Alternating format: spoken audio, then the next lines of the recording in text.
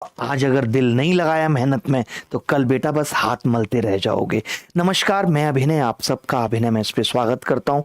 कैसे हैं? उम्मीद करता हूँ अच्छे होंगे और 20 मिनट तक सिर्फ मेरी बात सुनेंगे। आगे आने वाले वक्त में कैसे इन 3 महीनों में आपको तैयारी करनी है। बहुत सारे लोगों को आपने ये कहते सुना होगा कि क्या 3 महीने में सिलेक्शन, अरे मजाक है क्या, नहीं हो सकता। पहले बताना चाहता हूँ कि ये कंबाइंड ग्रेजुएट लेवल एग्जाम है, सीजीएल, जो एसएससी कराती है।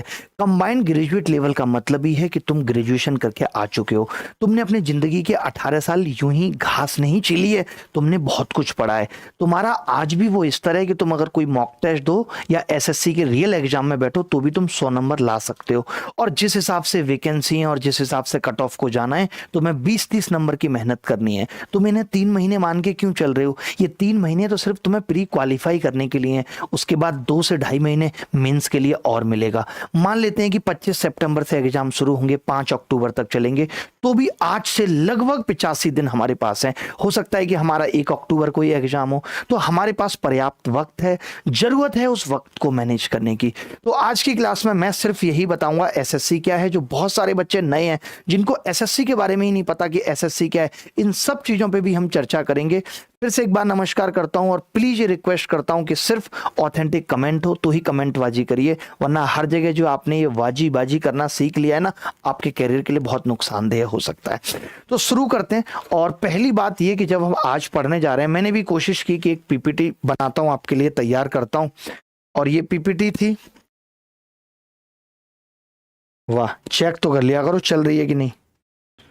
हमारा तो कुछ चलता ही नहीं है ना, बात ये इतनी मेहनत से ये बनाई थी। कोई बात नहीं, नहीं चलेगी, बिना चलाई इसके काम चलाएंगे।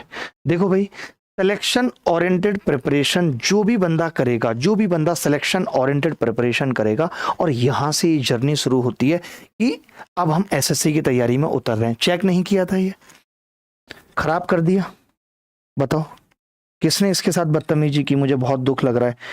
हर चीज तोड़ देते हैं हमारे यहाँ, हर चीज। अच्छा भला इस पेन ड्राइव को कोई कहाँ यूज करता है? ये भी तोड़ दी, इतनी सॉफ्ट चीज है, हमारी उंगली तोड़ दी तुमने। ठीक है, तो सिलेक्शन ओरिएंटेड प्रिपरेशन जहां से हमारी जर्नी स्टार्ट होती है, तो सबसे पहला सवाल जो दिमाग में आता है वो ये आता है कि आप चाहते क्या है लाइफ में और क्यों चाहते हैं। जब तक हमें ये नहीं पता होगा कि हम क्या चाहते हैं और क्यों चाहते हैं, हम चाहते हैं कि हम एक ऐसे मुकाम पे पहुंच जाएं जहां पे जिंदगी आसान लगने लगे। क्यों चाहते हैं? क्योंकि आज जो परेशानियां हमारे माँ बाप उठा रहे हैं, हमारे भाई बहन जो दूसरों का मुंह ताक रहे हैं, उन सब के लिए भी जीवन में हम कुछ कर पाए। हमारा जन्म सिर्फ अपने लिए जीने के लिए नहीं हुआ है। माँ बाप ने जो बचपन में हमें पाल पोस के बड़ा किया है, उनकी भी कुछ उम्मीदें हैं हमसे। वो भी चाहते हैं कि हम उनके लिए कुछ करें और उनके बोझ को हल्का करें। जो माँ एक 4 दीवारी के अंदर संघर्ष कर रही है, पिता जो घर चलाने के लिए दर दर की ठोकरें खा रहा है, कहाँ अपना आत्मसम्मान गिरवी रख के आ रहा है आपको नहीं मालूम, उसके लिए कुछ करना है। इसलिए मैं लाइफ में कुछ करना चाहता हूँ। जब मैंने ग्रेजुएट हो गया तो सबसे पहले मेरी जिम्मेदारी आ गई कि मुझे क्या करना चाहिए। और जब मैंने सोचा तो मेरे दिमाग में एक ही शब्द आया, सरकारी नौकरी। नहीं बन सकता मैं आत्मनिर्भर, क्योंकि ना मेरे पिताजी के पास पैसे हैं, ना मैं ये रिस्क ले सकता हूँ कि मैं लोन ले करके, लोन मुझे मिलेगा नहीं, मिल भी गया तो मैं ये रिस्क अपने दिमाग में नहीं रख सकता कि नहीं चला मेरा कोई काम तो मैं ये लोन कैसे चुका पाऊंगा। मैं कोई और काम मेरे पास करने के लिए नहीं है, हर एक काम बस मुझे डुबोएगा। मेरे पास परिवार की स्थिति और खुद के हालातों को बदलने के लिए एक ही ऑप्शन है, वो है सरकारी नौकरी। अब ये सरकारी नौकरी इतनी बदतमीज हो गई है कि ये भी कभी कभी आती है, हमेशा नहीं आती। 1 साल आएगी, फिर रुक जाएगी, फिर सरकारों को लगेगा कोई जरूरत नहीं है। आज हमारी सरकार युवा को ग्रेजुएट कर रही है, पीएचडी करा रही है, लेकिन उनके लिए वो अपॉर्चुनिटी नहीं क्रिएट कर पा रही। जब वो कोई चुनाव हारती है तो उसके दिमाग में आता, अरे नहीं, युवाओं ने सीरियस ले लिया, ये युवा तो हमें सरकार की सत्ता से हटा देंगे, तो फिर वो वैकेंसी निकाल के लेके आते हैं। जैसे अब दिमाग में आया, जब कंबाइंड ग्रेजुएट लेवल एग्जाम, जब हमने भी ग्रेजुएशन किया था तो गूगल पे बस टाइप किया था कि सरकारी नौकरी आफ्टर ग्रेजुएशन, तो सबसे पहले खुलता है सीजीएल। और जब सीजीएल के थ्रू हम एसएससी के एग्जाम्स देखते हैं तो पता चलता है सीएचएसएल भी एक ऑप्शन है जिसको 12th पास बच्चा भी दे सकता है। एमटीएस भी एक ऑप्शन है जिसका नोटिफिकेशन भी अभी आया है, जिसको 10th पास बच्चा भी दे सकता है। बट इसके लिए उम्र 25 साल है और इसके लिए लगभग सीजीएल के लिए उम्र 27 साल, किसी किसी पोस्ट में 30 साल भी है, इसके ऊपर भी है एक दो पोस्ट में, वो हम सारी बातों पे चर्चा करेंगे। तो ये सरकारी नौकरी हमारे सामने निकल के आती है। आजकल नोटिफिकेशन इतना लेट आता है कि एग्जाम, और जब एग्जाम की वैकेंसी पता चलती है उसमें वक्त कम होता है, जैसे इस बार भी है। अब बात आई सीजीएल 2024, जो कि अभी नोटिफिकेशन आया है 24 जून को। उन्होंने कहा सीजीएल 2024 है, तो 24 जून को नोटिफिकेशन देके ये बताया कि भैया बहुत सारी वैकेंसी दे रहे हैं, आपके लिए एक अपॉर्चुनिटी क्रिएट की है, अगर आप इसे ग्रैब कर सकते हो तो कर लो। आपने देखा होगा, अभी आगे सारी बातें आएंगी, आपने देखा होगा कि last to last year 20,000 vacancy की घोषणा हुई थी, बाद में वो 37,000 हो गई थी, और ऐसे ऐसे युवा सेलेक्ट हो गए थे जो ठीक से युवा हुए भी नहीं थे। यानी जब भी ज्यादा वैकेंसी आती है तो तैयारी कम करनी पड़ती है। आप आगे अभी देखेंगे, जब सीजीएल 2024 की बात हमारे दिमाग में आई तो सबसे पहले पता चला यार 17,727 वैकेंसी हैं। अरे बहुत ज्यादा वैकेंसी हैं, ये वैकेंसी तो बढ़कर अगर 30,000 हो गई तो शायद मैं भी सेलेक्ट हो जाऊंगा, ऐसा ख्याल हमारे मन में आया। क्योंकि हर साल तो आनी नहीं है, अगले साल क्या पता इसकी आधी वैकेंसी आए और कम आए, कुछ कह नहीं सकते। इसीलिए ये वैकेंसी हमारे लिए बहुत महत्वपूर्ण है और करो या मरो की स्थिति है, करना भी पड़ेगा मर मर के सही, तभी हम जीत पाएंगे। अब बात आती है कि देखिए कट ऑफ की जो मैं बात कह रहा हूं, जो हर कोई ये कह रहा है टीचर की भाई 3 महीने में इस बार कट ऑफ क्लियर की जा सकती है, प्री को क्वालिफाई किया जा सकता है, उसके पीछे की वजह समझिए। एक्चुअली क्या होता है ना कि फैक्टर जो सीजीएल की कट ऑफ डिसाइड करते हैं वो है नंबर ऑफ वैकेंसी, सबसे ऊपर है। जितनी ज्यादा वैकेंसी होंगी उतनी कट ऑफ कम जाएगी, क्योंकि ज्यादा लोगों को लेना है। अब इंटेलिजेंट उतने लोग तो है नहीं, तो कुछ गधों को भी लेना पड़ता है, यानी कट ऑफ कम जाएगी। दूसरा डिफिकल्टी लेवल ऑफ एग्जाम, इसीलिए हम बार बार आपको समझाते हैं कि एग्जाम का लेवल कैसा रहेगा ये भी कट ऑफ डिसाइड करेगा, और लोग कितने बैठेंगे और नॉर्मलाइजेशन प्रोसेस कितना इंपैक्ट करेगा, ये सारी चीजें कट ऑफ डिसाइड करती हैं। जिसमें नंबर 1 है कि भाई वैकेंसी हमारी कितनी है, तो वैकेंसी इस बार बहुत है। अगर मैं देखूं, आपने देखा कि 2022 में 37,000 वैकेंसी थी, जबकि एसएससी ने अनाउंस क्या किया था, एसएससी ने कहा था 20,000 वैकेंसी है, यानी 20,000 की 37,000 हो गई थी, यानी ये 17,727 है। तो मुझे ऐसा लगता है कि ये भी 25-30 हजार हो सकता है, 40,000 भी हो सकती है। उसका आधार मैं आपको बताता हूं।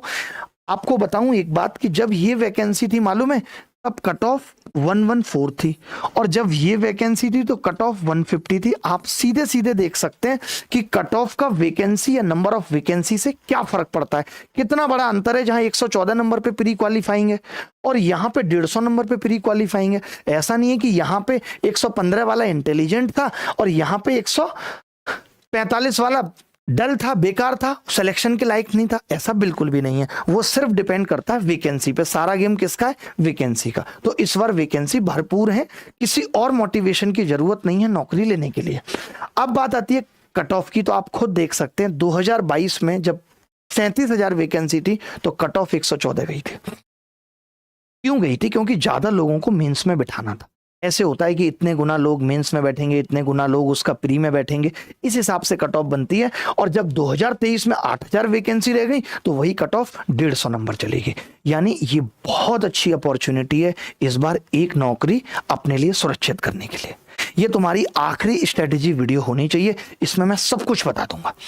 जब आप वैकेंसी की पोस्ट वाइज बात करें तो वैकेंसी इस तरीके से आती है कि भाई ये आप देख रहे हैं 2389 वैकेंसी। सोचिए central board of indirect taxes and custom में ही थी, सीबीआईसी में थी। ऐसी जो इस बार का पता चला है कि सीजीएल 2024 में जो वैकेंसी है एएसओ सीएसएस में, जिसकी पोस्टिंग हमेशा दिल्ली रहेगी। अगर आप चाहते हैं कि आपको आईएएस की भी तैयारी करनी है तो 930 वैकेंसी है। एक्साइज इंस्पेक्टर की 2664 vacancy, income tax inspector 411, preventive officer 340, examiner 145, statistical investigator 85। इस तरीके से वैकेंसी आती है अलग अलग पोस्ट के लिए। अगर मैं बात करूं एसएससी सीजीएल के एग्जाम से, हमें 3 तरीके की पोस्ट मिलती थी। एक ग्रुप बी गजेटेड, जिसमें केवल एक पोस्ट आती थी AAU की, असिस्टेंट ऑडिट ऑफिसर, जो कि आपका भाई बना था 2016 में। भाई ने एसएससी की टॉप पोस्ट भी ली है और बाकी टॉप की 5 पोस्ट भी ली हैं। अभी इस बार AAU की कोई वैकेंसी नहीं है। हो सकता है बीच में क्रिएट हो, लेकिन इसके चांसेस बहुत कम है, क्योंकि फिर उसके लिए तैयारी भी सरकार को करानी पड़ेगी, उसकी कट ऑफ भी अलग जाती है, एसएससी पे एक लोड आ जाएगा। तो शायद इस साल AAU की वैकेंसी ना आए, उसके लिए आपको अगले साल इंतजार करना पड़ेगा। अभी केवल ग्रुप बी और ग्रुप सी है, अलग अलग मिनिस्ट्री में। टॉप पोस्ट में सिर्फ एएसओ एमईए जैसे किसी को विदेश जाके रहना है, मिनिस्ट्री ऑफ एक्सटर्नल अफेयर्स तो ये होता है, सीएसएस में, रेलवे में एएफएचक्यू, ये सब। इंस्पेक्टर में केवल जीएसटी इंस्पेक्टर, एक्साइज अब रहा नहीं है, इनकम टैक्स इंस्पेक्टर, पीओ यानी प्रिवेंटिव ऑफिसर, एग्जामिनर, ये सब टॉप पोस्ट में आती हैं। बाकी फिर ग्रुप सी में आ जाती हैं, कुछ और भी हैं ग्रुप बी में, बट मैक्सिमम ग्रुप सी में आ जाती हैं। अब देखिए, अब मैं आपको ये क्यों बता रहा हूं, ये मैं इसलिए बता रहा हूं क्योंकि वैकेंसी का आना भी अब पूरी तरीके से इलेक्शन पे डिपेंड है। आपने देखा इस बार सरकार ठीक तरीके से नहीं बन पाई, तो सरकारों को भी समझ आया कि भैया बेरोजगारी दूर करनी पड़ेगी, युवाओं को नौकरी देनी पड़ेगी। और अभी आगे आने वाले चुनावों में ये समझ लीजिए, इतने हरियाणा, महाराष्ट्र, झारखंड, दिल्ली, बिहार, इतने राज्यों में चुनाव है, सरकार पे एक प्रेशर है कि अगर अपने आप को साबित करना है तो अभी से युवाओं को नौकरी देनी पड़ेगी। इसलिए नौकरी के आसार बहुत ज्यादा है। अगर आप ये 3, 4, 5 महीने दबा के पढ़ लेते हैं तो ये तय है कि कहीं ना कहीं आप सेट हो जाएंगे। एक बार अगर आप सरकार में सेट हो गए, सरकारी दामाद बन गए, तो फिर आपके दामादगिरी का भी मूल्य लगाने वाले बहुत सारे लोग मार्केट में आ जाएंगे कि इनको हमें दामाद बनाना है, इनको हमें दामाद बनाना है। अभी जो लड़की आपको रिजेक्ट कर रही है, जब आपकी नौकरी अच्छे लेवल की होगी तो हो सकता है कि उसके बाप के थ्रू आप सेलेक्ट हो जाएं। 2 तरीके का प्रोसेस होता है सेलेक्ट होने का भी।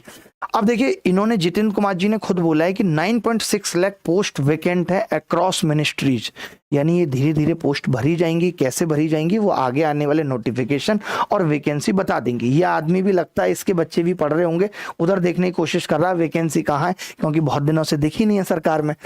अब ये आप देखो, रेलवे की भी अगर बात करें तो रेलवे में भी 2.74 लाख पोस्ट वेकेंट बताई गई है, यानी वहां भी आएगी। ये मैं क्यों बता रहा हूं, मैं ये कह रहा हूं कि अगर आप एक बार तैयारी कर लेते हैं तो तैयारी कभी खाली नहीं जाती। एक बार मेहनत कर लेते हैं तो कहीं ना कहीं लग जाएंगे। कितने सारे ऐसे बच्चे हैं जिनको हमने सीजीएल के लिए पढ़ाया, लेकिन वो दिल्ली मेट्रो में लग गए, वो ACIO में के एग्जाम के थ्रू IB में लग गए। तो किसी भी एग्जाम में लग जाते हैं, लगभग सेम चीजें होती हैं, ठीक है। अब बात आती है कि यार मैं क्या स्ट्रेटजी ऐसी रखूं कि मेरा सिलेक्शन हो पाए। तो देखिए, स्ट्रेटजी हर कोई सोच लेता है, उस स्ट्रेटजी सोची हुई के अकॉर्डिंग हमें एक प्लान तैयार करना पड़ता है। अब प्लान भी तैयार हो जाता है, उससे भी कुछ बात नहीं बनती, फिर उस प्लान को हमें एग्जीक्यूट करना पड़ता है। ये 3 चीजें। स्ट्रेटजी हमने सोच ली, ऐसा ऐसा होना चाहिए, उस स्ट्रेटजी के अकॉर्डिंग प्लानिंग करनी पड़ती है, और उस प्लानिंग को अगर हम एग्जीक्यूट कर पाते हैं तो हमारा सिलेक्शन होता है। लाइक मैंने सोचा कि मुझे 30 मॉक टेस्ट देने हैं इन 3 महीने में, मैं दे पाया तो ठीक है, अगर मैं नहीं दे पाऊंगा तो उसका रिजल्ट मुझे कुछ भी नहीं मिलेगा। जो मैं उम्मीद करके चल रहा हूं तो मेरी प्लानिंग भी फेल, अगर एग्जीक्यूशन नहीं हुआ, और वो जो स्ट्रेटजी सोची थी वो भी फेल। तो स्ट्रेटजी से खाली काम नहीं चलेगा, उसके बाद एक प्लान भी बनाना पड़ेगा और उस प्लान को एग्जीक्यूट भी करना पड़ेगा। कैसे वो प्लान एग्जीक्यूट होंगे, इन सब चीजों पे हम बात करेंगे, ठीक है।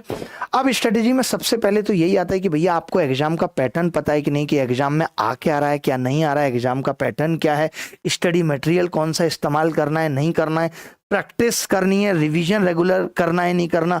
उसके बाद फिर टाइम मैनेजमेंट सबसे पहले आता है कि भैया टाइम मैनेज हो पाएगा या नहीं हो पा रहा। बहुत से बच्चों से तो टाइम ही नहीं मैनेज हो पाता, उनको यही रोना रहता है, यार मेरे से टाइम मैनेज नहीं हो पा रहा, मेरे से टाइम मैनेज नहीं हो पा रहा। वो PPT। उसके बाद देखिए, most important thing to crack life and exam, एक चीज दिमाग में बिठा लेना कि सबसे जरूरी टाइम मैनेजमेंट है, कि जो बंदा टाइम को मैनेज कर गया वो लाइफ भी क्रैक कर लेगा। एग्जाम तो क्या चीज है, इतना समझ लीजिए। पहले तो सबसे जो स्टेप हैं जो हम यूटिलाइज कर सकते हैं टाइम को, वो मैं कुछ स्टेप्स दिखा रहा हूं। जैसे एक लॉग बुक, हम हर चीज का हिसाब रखते हैं बट हम वक्त का हिसाब नहीं रखते, तो समय का भी हिसाब किताब रखना पड़ेगा। दूसरी चीज है कि डिसाइड प्रायोरिटी, जो काम जरूरी है हम अभी वही करें तो बेहतर है। ये प्रायोरिटी तो डिसाइड करनी पड़ेगी। कुछ एक काम जो मुझे लगता है कि यार मैं नहीं करूंगा तो भी चल जाएगा, वो है डेलीगेशन, जो काम आपके बिना भी हो सकते हैं। जैसे बुआ की बेटी का भात नौता गया है, आपके घर इन्विटेशन आया है, तो जरूरी नहीं है कि आप जाएं, आप अपने भाई को भी भेज सकते हैं। ऐसे बहुत सारे काम हो सकते हैं कि जो आपके बिना हो सकते हैं, वो आपको दूसरे को डेलीगेट करने पड़ेंगे। इन 3 महीने में आप सिर्फ वही काम करेंगे जो आपके सिलेक्शन के लिए इंपॉर्टेंट होगा। चौथी बात है कि आपको अपना प्राइम टाइम पता करना पड़ेगा कि किस टाइम मेरा दिमाग सबसे ज्यादा चलता है, उस टाइम में उस सब्जेक्ट को पढ़ूंगा जो मुझे सबसे मुश्किल लगता है। जैसे इंजीनियर्स के लिए GS लगती है और जो आर्ट्स वाले हैं उनके लिए मैथ्स लगती है। तो आपको अपने प्राइम टाइम में वो काम करने पड़ेंगे। मैंने लिखा हुआ है हर एक बात कि learn most difficult subject in that slot. पांचवा है कि टाइम टेबल, एक flexible time table daily basis पे बनाना पड़ेगा, क्योंकि अब वो वक्त नहीं रहा कि मैं 8 दिन का प्लान बना के बैठ जाऊं और पता चल रहा है कि उसे एग्जीक्यूट नहीं कर पा रहा हूं। कोई बच्चा अगर ये उम्मीद लेके आए कि मैं उसको ये बताऊंगा कि बचे हुए 45वें दिन तुम हाइट एंड डिस्टेंस पढ़ोगे, तो तुम भूल जाओ, मैं कोई जेल का सुपरिटेंडेंट नहीं हूं और तुम मेरे कैदी नहीं हो कि अब तुम हर चीज मेरे इशारों पे करोगे। मैं एक ओवरव्यू दे रहा हूं कि तैयारी किस तरीके से होनी चाहिए, और वो अपने अनुभव के आधार पे दे रहा हूं, क्योंकि मैंने खुद 5 बार सिलेक्शन लिया है। ज्यादा प्रेशर डालोगे दिमाग फट जाएगा, 3 महीने छोड़ दो, 3 घंटे नहीं पढ़ पाओगे, खेल खत्म हो जाएगा। छठी बात है सेक्रीफाइस। देखो, कुछ सेक्रीफाइसेस हमेशा करने पड़ते हैं। अगर मुझे पता है कि 3 महीने बाद मुझे इस चीज का फायदा मिलेगा, तो मैं कुछ सेक्रीफाइसेस आज करूंगा। आज कोई नई मूवी आएगी, मुझे पता है कि अगर मैं ये मूवी नहीं देखूंगा तो जो ये 3 घंटे मैं अपने पढ़ाई और किताबों में लगा रहा हूँ, इसका फायदा मुझे नौकरी में मिलेगा, और अपनी मनपसंद स्त्री के साथ फिर मैं ये मूवी दोबारा घर पे टीवी पे देख सकता हूँ, बेड पे बैठ के, लेट के, जैसे चाहूं। यानी आगे भविष्य में अगर फायदा लेना है तो वर्तमान के लाभ तो त्यागने पड़ेंगे, तभी टाइम मैनेजमेंट हो सकता है। 7वां स्टेप है कि वक्त चुराना पड़ता है। ये सही बात है। आज हम टाइम टेबल भी बनाते हैं तो लिख देते हैं 7:30 से 8:30 नहाना धोना। तो ये चीज से हमें थोड़ा थोड़ा टाइम निकालना पड़ेगा कि मैं अगर नहाने में ज्यादा समय गंवा रहा हूं, बाहर घूमने में ज्यादा समय गंवा रहा हूं, तो ऐसे छोटे छोटे स्लॉट से टाइम चुराना पड़ेगा हमें। मैं उससे ज्यादा बात कर रहा हूं। मैं सोचिए, आज वो दौर आ गया है ऋचा बाबू कि हम अपने घर वालों के 6 इंपॉर्टेंट लोगों के साथ बैठ के उसमें से 2 लोग मोबाइल पे किसी अननोन आदमी को फेसबुक पे मैसेज कर रहे होते हैं। ये दौर है आज कि वहां जो हम आनंद उठा सकते थे बातों का, इतने एडिक्टेड हो चुके हैं हम फोन के। उस पे भी हम आगे आएंगे। प्लान फॉर नेक्स्ट डे, कल का प्लान आज सोने से पहले बनाना पड़ेगा। ये मैं करता हूं और इसका इतना फायदा मिलता है। जब आप सोच लेते हो तो आपका जब दिन जगते हो ना, तो बहुत हल्का लगता है, आपको पहले से क्लियर होता है आज मुझे इतनी चीजें करनी है और ये मैं करके रहूंगा। तो कल का प्लान आज सोने से पहले बनाना पड़ेगा। जल्दी सोना और जल्दी जगना सबसे जरूरी है। अगर आप अपने दिमाग को ठीक रखना चाहते हैं, आप कॉन्फिडेंट होना चाहते हैं, आप खुश रहना चाहते हैं, तो सबसे जरूरी स्टेप है ये एक्सरसाइज, 10 मिनट रनिंग और 10 minute meditation. One of the most thing to manage everything, not time. Relationship issues, घर वाले, माँ बाप, भाई बहन, दोस्त यार, जीएफ, सबको मैनेज करना है, तो ये 10 मिनट की रनिंग और 10 मिनट का मेडिटेशन करना पड़ेगा। उसकी वजह है कि पहले कोई नहीं कहता था मेडिटेशन करो। पता है क्यों नहीं कहते थे? पहले पेशेंस था, आज पेशेंस खत्म हो गया। हम जरा सी बात पे फ्रस्ट्रेट हो जाते हैं। थोड़ी सी बात किसी ने कहा नहीं कि फ्रस्ट्रेट हो गए, अब पढ़ाई में भी मन नहीं लग रहा, 1-2 घंटे खराब हो गए। आज इतनी फ्रस्ट्रेशन क्यों है? आज चीजें बर्दाश्त क्यों नहीं हो पाती? क्योंकि हमें अब ऐसी लाइफ मिल गई। पहले कुछ सोचते थे कि यार ये चीज चाहिए। अगर मैं अपने जमाने की बात करूं तो पिताजी को कहते थे, कन्वेंस करते थे, फिर वो चीज 3-4 दिनों 5 दिनों बाद मिलती थी जब उन पे पैसे आते थे। तो हमने वो पेशेंस रखना सीखा। उसके बाद अमेजोन आया, अमेजोन पे वो चीज 3-4 दिन में मिलने लगी, तो हमारा भी पेशेंस कम हो गया। अब ब्लिंकिट आ गया, अब कोई भी सामान हमें 10 मिनट में चाहिए। और हम इतने आलसी हो गए कि पहले दही लेने जाते थे तो एक एक्सरसाइज हो जाती थी, आज दही ब्लिंकिट से आ जाता है। हम चल ही नहीं रहे, नो फिजिकल एक्टिविटी। अगर बेड पे ही पड़े रहेंगे तो दिमाग का खराब होना, सड़ना तय है। अगर हम फिजिकल एक्टिविटी करते हैं तब हमारा दिमाग ठीक तरीके से चलता है। ये चीज हमें समझनी पड़ेगी कि आज पेशेंस क्यों खत्म हो गया। अब जब ये सब हो गया है कि हर चीज बेड पे मिल जा रही है, तो फिर कुछ तो करना पड़ेगा ना। 10 मिनट की रनिंग या 10 मिनट का मेडिटेशन, दोनों ही कंपलसरी है। ठीक है, मैं सच बता रहा हूं, आज हालात ये हैं कि किसी के पास भी आधा घंटा बैठकर कुछ भी ना करने का समय है ही नहीं। वॉशरूम में मोबाइल, खाना खाते वक्त मोबाइल। पहले आदमी ऑफलाइन क्लास में आना जाना होता था, वक्त जरूर लगता था, और फिर भी लोग सिलेक्शन ले लेते थे। और यार घर बैठ के सब कुछ मिल रहा है यूट्यूब पे, एप्स पे, और फिर भी पूरी तैयारी नहीं हो पा रही, वक्त कम पड़ जा रहा है। क्योंकि ऑनलाइन जिस चीज के लिए हमें मिला था उसमें तो हम उसका यूटिलाइजेशन 20-30% कर रहे हैं, बाकी फालतू की चीजों में ज्यादा कर रहे हैं। तो ये चीज हमें देखनी पड़ेगी। स्मॉल ब्रेक्स लेना बहुत जरूरी है जब भी आप तैयारी करते हैं, कुछ भी करते हैं। अगर आप चाहते हैं कि आप अगले दिन भी पढ़ पाएं, कई लोग इतना जोश में आ जाते हैं, पहले दिन इतना पढ़ लेंगे पागल जैसे। भैया ब्रेक लेना जरूरी है, क्योंकि कंसिस्टेंसी बनानी पड़ेगी। मैं कई लोगों को देखता हूँ, जिम जाते हैं, पहले दिन उनको लगता है दर्द ही नहीं हो रहा, इतना हीरो बनेंगे जैसे। वो क्या होता है ना कि जब आप डंबल उठाते हो तो यहाँ पे स्वेलिंग आ जाती है, उनको लगता है एक दिन में इतनी बॉडी बन गई, अरे दूसरे दिन तो पलट दूंगा, जिम ट्रेनर को फेंक दूंगा। और फिर तीसरे दिन जिम जा ही नहीं पाते, इतना दर्द हो जाता है। तो जब भी कोई चीज शुरू करते हैं तो धीरे धीरे ऊपर बढ़ना है। आज दौर वो हो गया है कि पहले दिन आई लव यू तुम्हारे बिना जी नहीं सकता पागल, 10 दिन बाद फुस प्यार खत्म हो गया। मैं कहता हूं धीरे धीरे चलो, बहुत अच्छी लगती हो तुम मुझे, अच्छा लगता है यार तुमसे बातें करना। धीरे धीरे वो एक रिश्ता जो बिल्डअप होता है वो बहुत लंबा चलता है। तो वही हमें पढ़ाई के अंदर भी करना है। Avoid stop watching reels and shorts. आज इतनी रील्स बनाई जा रही हैं, क्यों मालूम है? क्योंकि लोग देखना चाहते हैं। आज मोटिवेशन रील्स फ्रस्ट्रेशन पैदा कर रही हैं, क्योंकि अति हो गई है, और अति हर चीज की बुरी होती है, मानते हैं?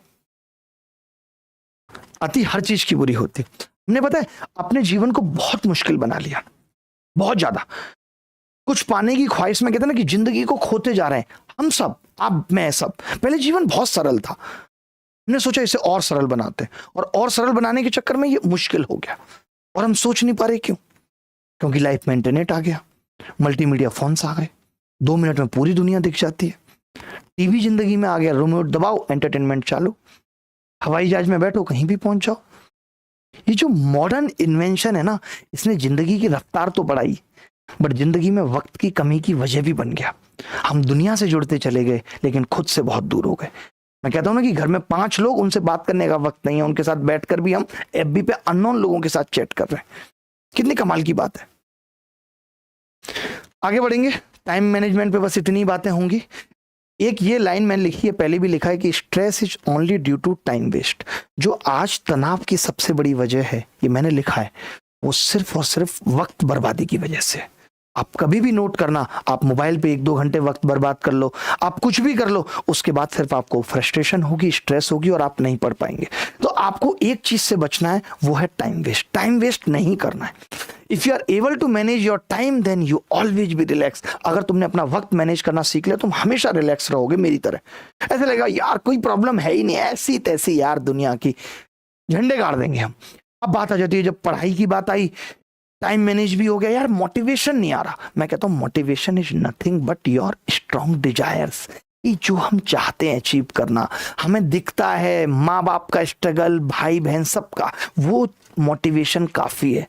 वरना आज जब मैं भी मोटिवेशन देखने की कोशिश कर रहा था आज से 10 दिन पहले, तो मैंने देखा एक टॉपर कह रहा है टॉपर्स तो सारे झूठ बोलते हैं, टॉपर्स से कुछ सीखने की जरूरत नहीं है, फेलर से सीखो।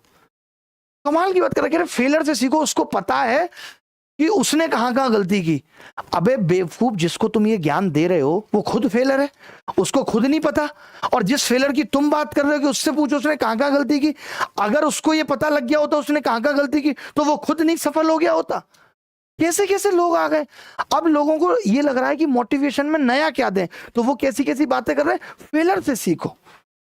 बड़ा दुख की बात है, कोई फेलर से कैसे सीख सकता है? अगर फेलर में सीखने को होता तो वो खुद सीख के नहीं सफल हो जाता। अरे एक बात सीख लेगा कोई, 2 बात सीख लेगा, सफल होने का मंत्र थोड़ी सीख लेगा कोई फेलर से। कैसी बच्चों जैसी बातें कर दी आपने। देखिए ये पिक्चर जैसे मोटिवेशन की जब बात आई ना, तो मैं कहता हूं कि ये पिक्चर इज वर्थ 1000 वर्ड्स। ये पिक्चर अकेली बता रही है कि जब बच्चा बेरोजगार ट्रेनों में भर भर के ऐसे खड़ा रहता है ना प्लेटफॉर्म पे, क्या मोटिवेशन चाहिए यार, क्या मोटिवेशन चाहिए। एक बच्चा लगातार एक ही कमेंट कर रहा है, बैच सस्ता कर दो, आपने तो हेल्प 20 कोड दिया था, हेल्प 20 कोड हेल्प 40 होना चाहिए था, आपने हेल्प 36 लगा दिया। इसका मतलब इसको प्रॉफिट लॉस ही नहीं आती। वाह कमाल हो गया भाई।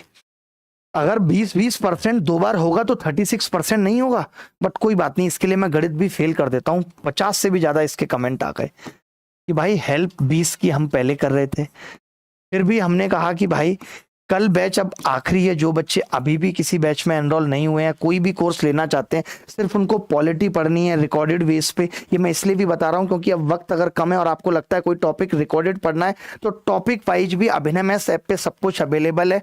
और आराम से आपका जब तक दिल करे, कोई अर्जेंसी कोई जल्दी नहीं है, तुम आराम से ये हेल्प 40 लगा लेना, तुम्हारी फीस अपने आप कम हो जाएगी। फिर भी ना कम हो तो इस नंबर पे, अगर तुम अपाहिज हो, तुम्हारे माँ बाप नहीं है और तुम पढ़ना चाहते हो, तो आप सबके लिए हम सब कुछ प्रोवाइड करते हैं, कंप्लीट हेल्प करते हैं। आप इस नंबर पे मैसेज कर देना। कोई आपकी हेल्प करने से मना करे तो आप मेरी mathswithabhinay@gmail.com पे क्वेरी भेज देना कि आपकी टीम ने मना कर दिया हेल्प करने से, ठीक है। अब बात आती है कि एग्जाम का पैटर्न क्या रहता है। मैं आपको बताता हूं, जिन लोगों को नहीं पता, जो पहली बार पढ़ रहे हैं। एसएससी सीजीएल बेसिकली 2 टीयर में होता है। कंप्यूटर और वो सारी चीजें टाइपिंग वो अलग हैं, बट दो टीयर में होता है, एक टीयर 1 एक टीयर 2। जो ये टीयर 1 है दोस्त, ये क्वालिफाइंग है, यानी कि इसके मार्क्स नहीं काउंट होंगे। ये कैसा है? क्वालिफाइंग है, इसके मार्क्स नहीं काउंट होंगे। ये सिर्फ आपको निकालना है और मान के चलो कि इस बार जो कट ऑफ है वो 120 से 130 नंबर के बीच में रहनी चाहिए, अगर पेपर बहुत सरल नहीं आया तो। मेरा जो आइडिया है वो ये रहनी चाहिए। जब आप प्री एग्जाम देने जाते हो तो 25-25 क्वेश्चन आते हैं, मैथ्स, इंग्लिश, जीके और रीजनिंग के। 50-50 नंबर के होते हैं, 200 नंबर का पूरा टेस्ट होता है प्री, ठीक है। मेंस की बात, मेंस 390 नंबर का होता है और यही डिसाइड करता है कि आपको कौन सी पोस्ट मिलेगी, ये डिसाइडिंग है। अब देखिए इसमें 4 टॉपिक तो कॉमन ही है। कौन कौन से? Maths, reasoning, English, GK. Computer अलग से है, बट इसमें कंप्यूटर के मार्क्स जुड़ते नहीं है, ये भी क्वालिफाइंग है। और कितने ऐसे बच्चे होते हैं जो कंप्यूटर में फेल कर जाते हैं? कितने बच्चों से मैं मिला हूं पिछले 6 महीने में जो सिर्फ कंप्यूटर की वजह से फेल हो गए, क्योंकि अगर आप कंप्यूटर में फेल हो जाते हो तो आपकी कॉपी चेक ही नहीं होगी। तो आपको समझना है, कंप्यूटर पे फोकस करना है, लेकिन कब? प्री के बाद। अभी 3 महीने जो फोकस करना है वो प्री क्वालिफाई करने पे करना है। मैथ्स में यहाँ भी 30 क्वेश्चन है, रीजनिंग में भी यहाँ 30 है, इंग्लिश में 45 हैं, जीके में 25 हैं, यानी यहाँ भी वही 4 मेजर सब्जेक्ट है जो यहाँ 4 थे। यानी जो तैयारी आप यहाँ करोगे वो आपके यहाँ भी काम आएगी। ऐसा नहीं है, 1-2 टॉपिक का अंतर है, जैसे मैथ्स में यहाँ पे प्रोबेबिलिटी और स्टैटिस्टिक्स आ जाती है, और कोई अंतर नहीं है, ठीक है। आगे बढ़ते हैं, बहुत जल्दी आगे बढ़ते हैं। अच्छा, टोटल सब्जेक्ट अभी मैंने आपको बता दिया, maths, English, GS, reasoning, computer है। और स्टार जहां भी लगा हुआ है, स्टार का मतलब है कि ये क्वालिफाइंग है। मैथ्स अगर पूरा देखें तो 90 नंबर का है, 90 और 50 140 मार्क्स, लेकिन काम के केवल 90 हैं। इंग्लिश में काम के 135 हैं, जीएस में काम के 75 हैं, रीजनिंग में काम के 90 हैं, और बाकी कंप्यूटर क्वालिफाइंग है। वो लोग जिनको बिल्कुल नहीं पता है उनके लिए सब्जेक्ट वाइज हमने बता दिया। अच्छा, अब कंटेंट को डिवाइड करना पड़ता है हमें। कैसे कैसे? पहला स्टेप होता है कि भैया आप सिलेबस खत्म कर रहे हैं नहीं, और दूसरा स्टेप है प्रैक्टिस एंड रिवीजन। जैसे सिलेबस का मतलब क्या है? अगर आपका सिलेबस खत्म हो चुका है, काफी लोगों का हो चुका होगा, मैं बता दूं, तो ये ऐसे ही है जैसे just finish the syllabus is like learning licence to drive a car, कि आपने 30 दिन कार सीखी और आपका लर्निंग लाइसेंस बन गया है और कार के पीछे लल्लू लिख गया है। लेकिन प्रैक्टिस और रिवीजन ऐसे है, if you want to drive a car fast then it will require a lot of practice. आप कार तेज तभी चला सकते हैं, आप कार दिल्ली में तभी चला सकते हैं, आप कार हाईवे पे तभी चला सकते हैं, दुबई में तभी चला सकते हैं, जब आप बहुत प्रैक्टिस करते हैं। ये एक दिन में नहीं आता, यानी सारा गेम प्रैक्टिस का है। Everything is all about practice. की प्रैक्टिस कितनी ज्यादा है? जैसे आज मैं अपनी बात करूं तो हमें मैथ्स की ऐसी प्रैक्टिस है कि हमें सब कुछ रट गया है। आप सवाल देखते हैं, तुरंत उत्तर। वो चीज आपको भी करनी पड़ेगी। कंपटीशन का दौर है, अगर चीजें टिप्स पे नहीं होंगी तो सिलेक्शन कभी नहीं होगा, इतना समझ लीजिए। 3 चीजें जो मैंने बताई, पहला सिलेबस खत्म करना, उसके बाद प्रैक्टिस करना। अच्छा, मैं प्रैक्टिस में एक चीज क्या कह रहा हूं, प्रैक्टिस भी पता है हम कैसे करते हैं। कोई सवाल आया, उसका सोल्यूशन देख लिया, नहीं समझ में आया तो मान लेते हैं टेस्ट दे रहे हैं किसी प्लेटफॉर्म पे, सोल्यूशन तुरंत देख लिया। तो अगर आप प्रैक्टिस करना चाहते हैं तो आपको पेशेंस यहां भी रखना पड़ेगा। विदाउट सीइंग नोट्स, तुरंत नहीं देखना है सोल्यूशन, तुरंत देख लिया तो उस प्रैक्टिस के कोई मायने नहीं है। वो बिल्कुल ऐसे ही है जैसे आपने सिलेबस खत्म किया है। और टेस्ट देने के भी कोई मायने नहीं है अगर आपने इवैल्यूएशन नहीं किया कि आपने गलती कहां की थी, क्या की थी। और सिलेबस खत्म करने में 2 चीजों का योगदान है, नोट्स या वीडियोज। आप नोट्स आपने अपने बनाए हैं, अब नोट्स अपने बनाने का वक्त नहीं है। You have to purchase notes. किसी भी टीचर के जो आपको लगता है या किसी भी स्टूडेंट के, उसके जेरोक्स करा लीजिए।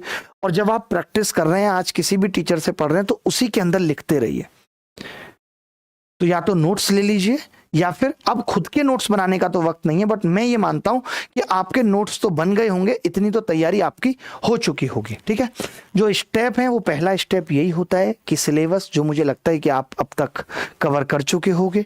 दूसरा स्टेप फिर आता है रिवीजन का, कि भैया हम रिवीजन कर रहे हैं उसी नोट से जो हमने बनाया है, हमने किसी का लिया है।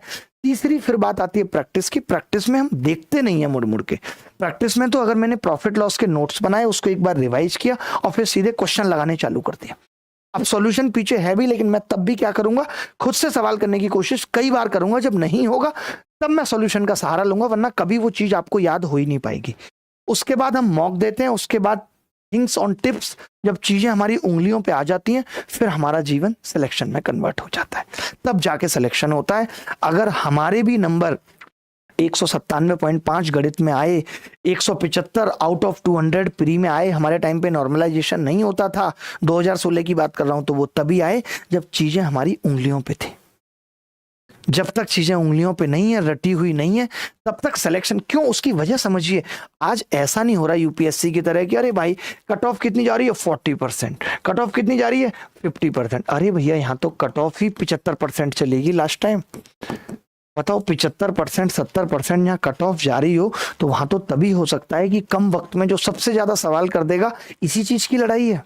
इसीलिए मैं कह रहा हूं कि अपॉर्चुनिटी बहुत मुश्किल से आपको मिली है इतनी वैकेंसी की, इसको खाली हाथ मत जाने देना। आगे बढ़ते हैं मॉक्स में मार्क्स। देखिए कोई भी बच्चा, मैं आपको बताता हूं एक चीज, कोई भी बच्चा जिसने आज तैयारी शुरू की है या जब पहली बार तैयारी शुरू की थी जिसने, ठीक है, वो भी इनिशियली 100 नंबर लेके आता है और 3 महीने बाद सिर्फ 110 पे ही पहुंचता है। ये इनिशियल स्टेज होती है सबकी।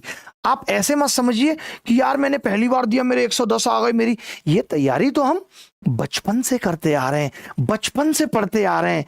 फिर भी अगर इतने मार्क्स नहीं बन रहे तो फिर आप भूल जाओ। अगर अभी आप इस स्टेज पे हो कि आप यहां तक नहीं पहुंचे हो, तो फिर सिलेक्शन थोड़ा मुश्किल है। लेकिन इस बार मैंने कहा भी कि कट ऑफ कम जाएगी, तो अगर आप यहां तक भी नहीं पहुंचो तो मुश्किल है। यहां तक अगर आप हो, यहां तक हो, देखिए लास्ट के 3 मंथ्स में आपको ये छूना है, रिस्क नहीं लेना। मैं ये क्यों छूने की बात कर रहा हूं, आप कहेंगे आप तो बार बार एक बात कह रहे हो कि कट ऑफ कम जाएगी, फिर आप कह रहे हो 150 160 छू लो। अरे छूने में कोई बुराई है क्या? जो मैथ्स इंग्लिश रीजनिंग जीएस यहां पढ़ोगे वो तुम्हें मेंस में भी तो काम करेगी भाई, करेगी या नहीं? बिल्कुल करेगी। ठीक है, अब बात आती है you have to prefer these percentage, कि भाई मैथ्स में मुझे अभी कितना आता है ये डिसाइड करना पड़ेगा कि भाई मैथ्स में अभी मेरी 70% तैयारी है या नहीं है, इंग्लिश में मेरी 80% तैयारी है, जीएस में मेरी 30% तैयारी है, रीजनिंग में मेरी 95% तैयारी है। तो ये आपको डिसाइड करना पड़ेगा। मान लेते हैं ऐसा हुआ कि रीजनिंग में आपकी 95% तैयारी है, तो मैं कहूंगा केवल अब बेटा मॉक देते रहो, तुम्हें कुछ रीजनिंग में करने की जरूरत नहीं है। जैसे ये मैंने क्यों लिखा है रिचा भाई, मैंने इसीलिए लिखा है कि मान लेते तो मैं किसी को कहता हूं तू रीजनिंग में ये पढ़ वो पढ़, तू ये क्यों कहूं, पहले पता तो करो कितना आता है। अब तुम्हें रीजनिंग में 95% आता है तो भैया ओनली मॉक दो, ये तुम्हें डिसाइड करना पड़ेगा। तुम्हें जीएस में अगर केवल 30% आ रहा है तो तुम्हें बहुत पढ़ने की जरूरत है, बहुत ज्यादा पढ़ने की जरूरत है। तुम्हें इंग्लिश में 80% आ रहा है तो मैं ये मान के चल सकता हूं कि ठीक है तुम केवल प्रैक्टिस करते रहो और मॉक लगाते रहो तो तुम्हारा काम हो जाएगा। प्रैक्टिस और मॉक दोनों चीजें, और वोकैब का रिवीजन करते रहो। मैथ्स में तुम्हें 70% आता है तो तुम्हें प्रैक्टिस की जरूरत है। 70% आने का मतलब है कि तुम्हारा सिलेबस तो खत्म हो गया है, तुमसे लिटिल बिट मिस्टेक हो जा रही है। उन मिस्टेक के लिए सिर्फ और सिर्फ एक चीज है, वो है प्रैक्टिस। ठीक है, तो ये पहले डिसाइड कर लेना कि तुम्हें किसी भी विषय में लगभग कितना आता है। लगभग में तो परसेंटेज माप लोगे, गणित के विद्यार्थी हो तो। अब बात आती है रूटीन की। तो जब रूटीन बनाने की बात आती है तो रूटीन 2 तरीके का होता है कि एक तो ओवरऑल रूटीन और एक वीकली रूटीन। यानी कि एक आप ओवरऑल ये सेट कर लो कि आपको कितने सब्जेक्ट्स पढ़ने हैं। मान लेते हैं कि आपको पॉलिटी पढ़ना है, जीएस में सिर्फ जो बचा है, आपको इको पढ़ना है, आपको हिस्ट्री पढ़नी है, या आपको स्टैटिक जीके पढ़ना है। आपको ये डिसाइड करना पड़ेगा। अगर आपको इतनी चीजें पढ़नी है और खाली पढ़ने से काम नहीं चलेगा, आपको एमसीक्यू और पीवाईक्यूएस ये दोनों की प्रैक्टिस करनी पड़ेगी। एमसीक्यू और पीवाईक्यूएस दोनों की प्रैक्टिस करनी पड़ेगी, खाली पढ़ने से काम नहीं चलेगा। तो मैंने देखा कि यार इसको खत्म होने में 80 दिन लगेंगे, तो मैं एक 80 दिन का प्लान तैयार कर लूंगा कि भैया पहले 20 दिन में मैं पॉलिटी खत्म कर रहा हूं। ये आपको डिसाइड करना पड़ेगा, आपको बनाना पड़ेगा, क्योंकि मैं अपने अकॉर्डिंग थोड़ी बना सकता हूं। मुझे तो पॉलिटी पूरी आती है, मैं तो अभी सीजीएल की तैयारी करूंगा तो केवल एमसीक्यू और पीवाईक्यूएस देखूंगा, मुझे जरूरत ही नहीं है पॉलिटी पढ़ने की। तो मैं ये आपके लिए कैसे बना सकता हूं कि आपको कौन से सब्जेक्ट को कितना वक्त देना है, क्योंकि मुझे पता नहीं है अभी आप कौन सा सब्जेक्ट खत्म कर चुके हो। मैं एक रास्ता बता रहा हूं कि इस तरीके से आपको अपना एक ओवरऑल रूटीन सेट करना है ओवरऑल, और उसको फिर ब्रेक कर देना है वीकली और डेली रूटीन में। मैं यहाँ ये बता सकता हूं कि डेली तुम्हें पढ़ना किस तरीके से चाहिए जो मेरे अकॉर्डिंग है। आपका अकॉर्डिंग कोई दूसरा हो सकता है, बट अगर मैं अपने अकॉर्डिंग बात करूं तो मैं ये कहूंगा कि भैया कम से कम, ये मैंने टाइम आवर्स पता नहीं कैसे लिखा है, भूल गया मैं, बट मैं मैथ्स की बात करूं तो मैंने लिखा है कि मैथ्स जैसे शाम में बहुत सारे बच्चों का शाम को प्राइम टाइम होता है, बट मेरा मेरा भी प्राइम टाइम होता है, लेकिन जिन लोगों को मुश्किल लगती है, जिन लोगों को मुश्किल लगती है गणित, वो अपने प्राइम टाइम में पढ़ रहे हैं। तो मैंने कहा है कि गणित को 7 से लेकर के 10:30, यानी रोज अगर तुम 3.5 घंटे गणित पढ़ रहे हो, रोज अगर तुम 3.5 घंटे गणित पढ़ रहे हो तो ये काफी है। ठीक है, रोज मैंने 3.5 घंटे लिखा है, शाम को 7 से 10:30। मैंने क्या किया, सैटरडे हटा दिया है, सैटरडे को भी नहीं रखा गणित और संडे को भी नहीं रखा, केवल मंडे टू फ्राइडे रखा है। मुझे लगता है कि इतने घंटे काफी हैं पढ़ने के लिए, सिलेक्शन लेने के लिए। मैंने इंग्लिश रखा है 3 से 6, रोज 3 घंटे, शाम को 3 से 6, बढ़िया दोपहरी में पसीना आ रहा है भाई, वोकैब पे वोकैब रटे जा रहा है, पसीने की स्पेलिंग देख रहा है, ओ स्वेटिंग, सब कुछ सीख रहा है। गर्मी में इतनी सारी बातें दिमाग में आ जाती हैं, वो संघर्ष समझ में आता है नहीं, तो हम क्या करते हैं, इंग्लिश से भागने लगते हैं। जब पसीना आएगा, लगेगा यार कमबख्त एक एसी होना चाहिए, तो अपने आप लगेगा यार नौकरी लेनी पड़ेगी, नौकरी के लिए पढ़ना पड़ेगा, भाई पढ़ना है मुझे। तो जीएस मैंने रखी है सुबह, जैसे सुबह एकदम माइंड फ्रेश होता है, जब हम जगते हैं, कुछ भी नहीं चल रहा होता है, एकदम नींद से उठे हैं, फ्रेश माइंड है, तो 8 से 12:30 मैंने 4.5 घंटे दिए हैं डेली। डेली मैंने 4.5 घंटे दिए हैं जीएस को, और सैटरडे को मैंने जीएस का रिवीजन रखा है, संडे को भी मैंने 11 से 2 का वक्त दिया है। जीएस सबसे जरूरी है, जीएस का सिलेबस बड़ा है, जीएस को वक्त ज्यादा देना पड़ेगा, बिना उसके बात नहीं बनेगी, बिना उसके बात नहीं बनेगी। ठीक है, इसके बाद की बात करें अगर, इसके बाद रीजनिंग के लिए हमें सिर्फ मैंने 2 से 4 रखा है, आप इसमें सो खा पी सकते हो। मैंने बाकी का जो टाइम बचा है उसका शेड्यूल नहीं बनाया कि तुम नहा लो, तुम शाम की टी ले लो, तुम म्यूजिक सुन लो, वो तुम डिसाइड कर लेना तुम्हें क्या अच्छा लगता है। अब मान लो तुम्हें म्यूजिक उसी की आवाज लगती है तो ठीक है, उससे आधा घंटे बात कर लो, शाम में आधा घंटा सुबह में कर लो। इसीलिए मैंने ये नहीं डिसाइड किया, मैंने वो बताइए काम की चीज कि तुम्हें इतना पढ़ना है। सैटरडे को मैंने सिर्फ रखा है एक मॉक, 11 बजे उसका एनालिसिस, फिर जीएस का रिवीजन, और फिर प्रैक्टिस किस चीज की, रीजनिंग की प्रैक्टिस भी रखी है सैटरडे को। संडे को मैंने सिर्फ क्या रखा है, इंग्लिश और जीएस रखी है, ये संडे को भी पढ़नी है। अब संडे और मंडे तुम्हारे लिए कुछ नहीं है। मोदी जी ने कहा था ना अभी कि ये ईसाइयों की वजह से छुट्टी है, हिंदुओं को छुट्टी नहीं चाहिए।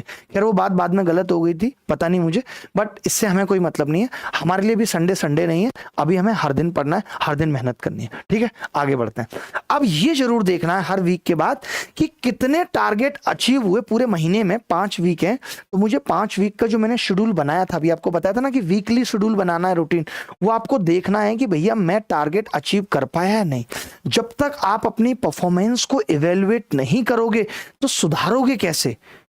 तो 1 वीक के बाद भी अगर आप इवेलुएट करते हो कि हाँ मैं सही जा रहा हूं, तो इससे होता क्या है, एक मोटिवेशन मिलता है, यार मैंने जो सोचा था मैं वो कर पा रहा हूं। नहीं तो कई बार आप देखते होगे, आप रात को ये सोच के जल्दी सो जाओगे, सुबह 6 बजे जगोगे, और आप 6 बजे ना जग पाओ, 8 बजे जगो, कितनी फ्रस्ट्रेशन होती है। और अगर आप जग जाओ 6 बजे और पढ़ भी लो, कितना अच्छा लगता है, यार 6 बजे सोचा था, 6 बजे कर दिया। होता है कि नहीं होता ऐसा? तो ये जरूरी है अपने आप को कि आपके टारगेट अचीव हो रहे हैं या नहीं हो रहे। अब आपको एक चीज और देखनी है कि जो आपकी पढ़ाई है वो कितनी है हो रही है, आप मोबाइल पे कितना वक्त दे रहे हो, आप सोने पे कितना वक्त दे रहे हो, ये सब चीजें आपको देखनी पड़ेंगी। स्टडी अगर कर रहे हो तो उसका सीधा इम्पैक्ट मॉक टेस्ट में दिखना चाहिए। मोबाइल अगर ज्यादा यूज कर रहे हो तो उसका सीधा इम्पैक्ट स्क्रीन टाइम में दिखेगा कि भैया स्क्रीन टाइम बहुत बढ़ गया है। देखिए एक चीज आपको बताता हूँ, आप खुद मानते हैं ना कि जब आप इंस्टा यूट्यूब पे कोई एक तरीके का शॉर्ट्स देख ले, मान लेते हैं आपने कच्चा बादाम देख लिया, तो क्या होगा, आपको कच्चे बादाम की वीडियो देखेंगे या थोड़े बहुत उससे रिलेटेड देखेंगे। ये एआई करता है, और एआई का जन्म कैसे हुआ है, मनुष्य के दिमाग ने एआई को बनाया है। सोचिए जब एआई इतना बदतमीज है कि जो हम चाहते हैं वो हमें परोसता है, तो ये हमारा दिमाग क्या करेगा, हमारा दिमाग उससे भी आगे है। जो हम सोचते भी नहीं है ना, बस हमारे बैक ऑफ द माइंड भी होता है, ये हमें वही परोसता है। आप जिस चीज में दिमाग लगाएंगे, जो चीज सोचेंगे, आपको ये उसी दिशा में लेता चला जाएगा। इसीलिए कहा जाता है कि जो हम मैनिफेस्ट करते हैं, जो हम सोचते हैं, वही सब चीजें हमारी लाइफ में होती हैं। स्लीपिंग, बेटर स्लीप के लिए 12-14 घंटे जरूरी है? नहीं, बिल्कुल भी नहीं। मुझे ऐसा लगता है अगर आप 8 घंटे सो रहे हो तो पर्याप्त है, और दिन में 30 मिनट की एक नैप बहुत जरूरी है। ये बहुत पावरफुल होती है, आप यकीन ना माने, ट्राई करना। जब आप दोपहर का खाना खाओ तो आपको हल्की हल्की नींद आएगी, तो बिस्तर मत पकड़ना, जिस कुर्सी पे बैठे हो ना उस कुर्सी पे हल्की हल्की नैप ले लेना, मोबाइल साइलेंट करके। बिस्तर पकड़ लिया तो 2-2.5 घंटे गए, वो नैप स्लीप में कन्वर्ट हो जाएगी। तो हल्की सी जो नैप है वो तुम्हें लेनी है 30 मिनट की, फिर देखना कि वो तुम्हें रात तक के लिए चार्ज कर देगी। जरूरी है, ठीक है, आगे बढ़ते हैं। इसके बाद ये मैंने मेजरमेंट ऑफ ग्रोथ लिखा था कि कैसे 110 से 150 तक मार्क्स जाएंगे। 110 का मतलब भी हैप्पी रहिए, happiness, don't be sad, find your mistake, अपनी मिस्टेक्स पता करो, work on them and not to repeat mistake. बस क्या करना, गलतियां कोई बड़ी चीज नहीं है, बट गलतियां रिपीट नहीं होनी चाहिए। मैं हमेशा ये कहता हूं, आपने गलती की कोई दिक्कत नहीं है, बट गलती रिपीट नहीं होनी चाहिए। गलती रिपीट हो गई तो आप कहीं नहीं पहुंच पाएंगे जीवन में। सबसे जरूरी चीज है ये कि गलती रिपीट नहीं होनी चाहिए। तो इसलिए 110 नंबर भी आए तो सैड नहीं होना, और अगर 150 नंबर है तो परफॉर्मेंस, इसका मतलब try to maintain it and learn more things to increase it to 160। तो भी रुकना नहीं है 150 पे भी, फिर भी सोचना है कि 160 कैसे आएंगे। ये मैं क्यों कह रहा हूं, क्योंकि आपको तो 390 में 390 लाने हैं मेंस में। उसके लिए जरूरी है कि जितना 200 के करीब होंगे, जितना प्री में 200 के करीब होंगे, उतना ही करीब 390 के मेंस में होंगे। आप समझ रहे हैं बात को या नहीं?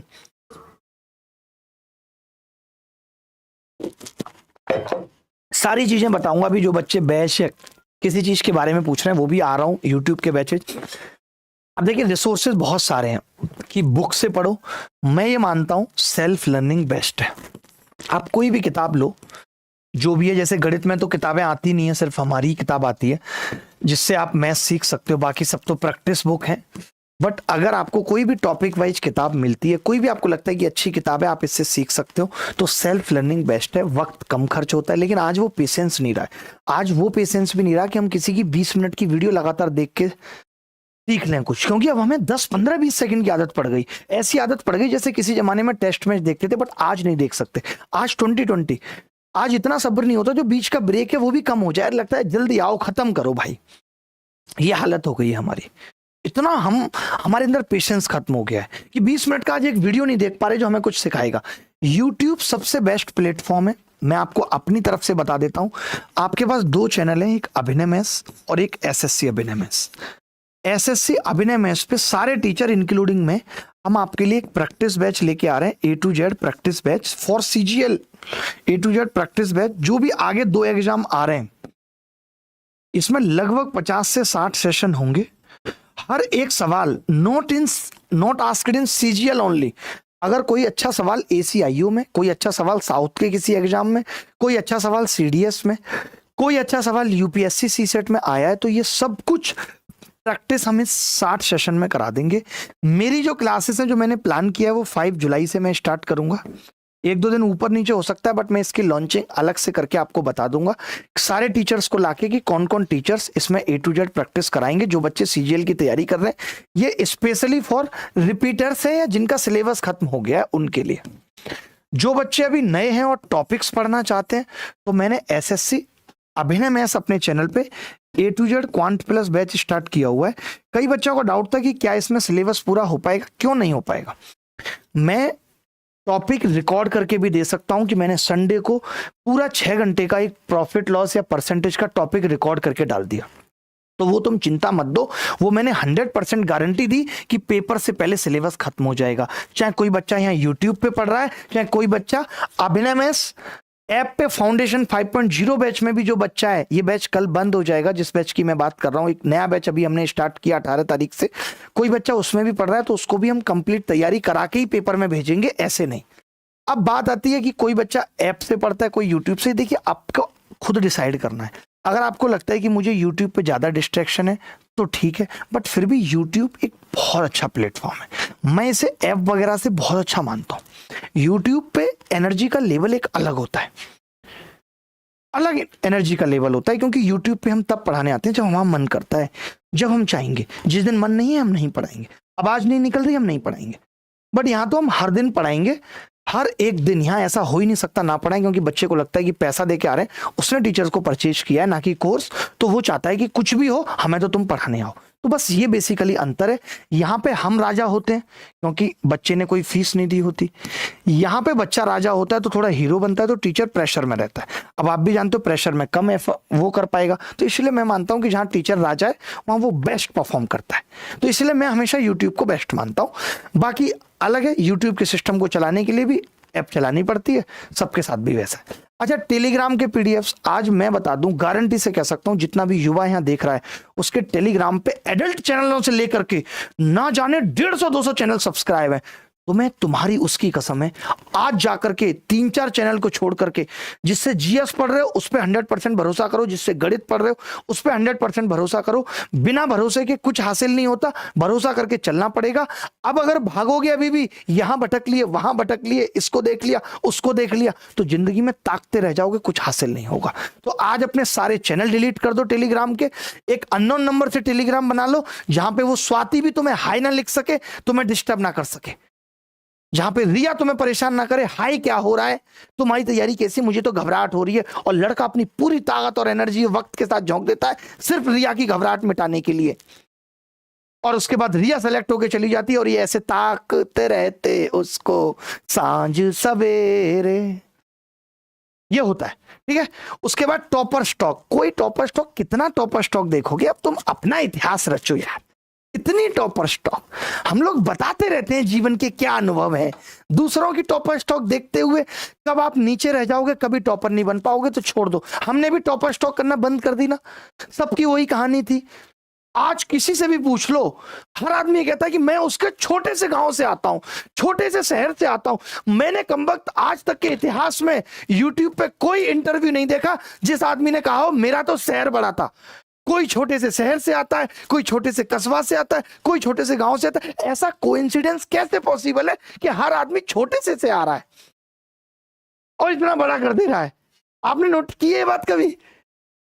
मुझे पहले लगता था, क्योंकि मैंने 2017 में इंटरव्यू दिया, तो ठीक है हमारा गांव, मुझे अब लगता है कि शायद मुझसे भी छोटे और गांव होंगे। मुझसे गलती हो गई, मैंने बोल दिया मैं छोटे से गांव से आता हूं। कितना छोटा भाई, हमारे गांव की आबादी 7,500 होगी। ये भाई साहब राशन कार्ड बनाते थे। हाँ, अब मुझे लगता है कि अगर यही इंटरव्यू मार्स वगैरह पे होंगे तो यहाँ का बंदा, नरेंद्र मोदी भी बोलेंगे मैं एक छोटे से ग्रह पृथ्वी से आता हूँ, छोटे से। इससे शायद लगता है ज्यादा इमोशंस मिल जाएंगे।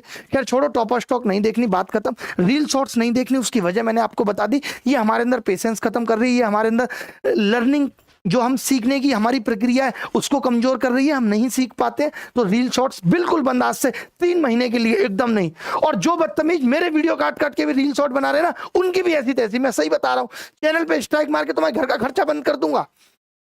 जितने भी ये फैन क्लब और सैन क्लब है, सब आज के आज ही मुझे मेरी मेल आईडी पे अपने यूट्यूब के पासवर्ड और वो सब भेजो। बहुत कमा लिया अब तुमने, टाइम खराब कर रहे हो, लोगों का टाइम खोटी कर रहे हो। कुछ अच्छी चीजें सिखाओ, लोगों की लाइफ में वैल्यू ऐड हो। मजाक के वीडियो काट के डाल दिए, बस इसने ये कर दिया उसने वो कर दिया। अरे हम तो पढ़ाते हैं, हमें बीच बीच में हल्की फुल्की मजाक भी करनी पड़ती है। तुम हमारी मजाक काट के दिखा देते हो, वहां लोग तमाम कमेंट कर रहे होते हैं अरे बस ये तो मजाक करा लो। तुम्हें क्या पता 2.5 घंटे की वीडियो मैंने 3 मिनट मजाक की थी, उस 3 मिनट ने ये कर दिया। ये जो आजकल किसी को भी किसी भी तरीके से परोसना है तो उसकी बस रील काट के डाल दो। जैसे राहुल गांधी ने कितने साल, उसे 8 साल लग गए ये प्रूव करने के लिए कि मैंने नहीं बोला था कि आलू डालो और सोना निकलेगा। आज भी बहुत सारे लोगों को यही पता होगा कि उसने बोला था, बट नहीं बोला था। वो ये बता रहा था कि मोदी साहब को ऐसा लगता है कि देश इतनी जल्दी तरक्की कर जाएगा, मैं आ गया हूं कि आलू डालेंगे और सोना निकलेगा। लेकिन लोगों ने उतनी क्लिप काट के चला दी। तो सोशल मीडिया के दौर में ऑलमोस्ट चीजें फेक हैं, और फेक नहीं है, डीप फेक है, पता है। मत बर्बाद करो अपना वक्त बिग बॉस में। अरे तुम खुद अपने घर के बॉस बन जाओगे जिस दिन तुम्हारी नौकरी लग जाएगी, समाज तुम्हें उस दृष्टि से देखेगा। अब बात आती है रीजनिंग की, रीजनिंग कैसे पढ़ें, तो मैं आपको बता चुका हूं, रीजनिंग का बहुत बड़ा कुछ नहीं है। आप रीजनिंग कोई भी टीचर, जैसे हमारे यहाँ भी परवेज सर प्रैक्टिस करा रहे हैं जबरदस्त तरीके से, तो आप वो प्रैक्टिस करो रीजनिंग की। ऐसा शायद ही कोई बच्चा होगा जिसको रीजनिंग बिल्कुल नहीं आती। हाँ, मैं रेलवे के लिए मान सकता हूं, अगर कोई बैच लेना आप रेलवे के लिए ले लो, बट अभी 3 महीने एसएससी के लिए सिर्फ प्रैक्टिस और मॉक टेस्ट, इतना काफी है रीजनिंग के लिए। इससे ज्यादा पढ़ने की जरूरत नहीं है। आज मैंने अपने टाइम टेबल में देखा 2 घंटे रीजनिंग क्यों लिखा, क्योंकि मैं ये चाहता हूँ रीजनिंग की आपकी ऐसी तैयारी हो, एक भी प्रश्न यहाँ गलत ना हो। ऐसा नहीं कि यहाँ गलत हो जाएगा तो सिलेक्शन नहीं होगा, प्री तो क्वालिफाई हो ही जाएगा, बट वो जो एक भी सवाल ना गलत करने की स्ट्रेटेजी है वो हमें कहाँ काम देगी, मेंस में 100% स्कोर करने में। ठीक है, फिर भी हमने लिखा है ये रीजनिंग का सिलेबस है। जो लोग नए आए हैं वो देख लें कि ये इस तरीके से रीजनिंग का सिलेबस है। इसकी हिंदी मुझे भी नहीं समझ में आती, पढ़ना कैसे, मैंने लिखा हुआ है, देखो क्या क्या। Avoid making unnecessary assumption.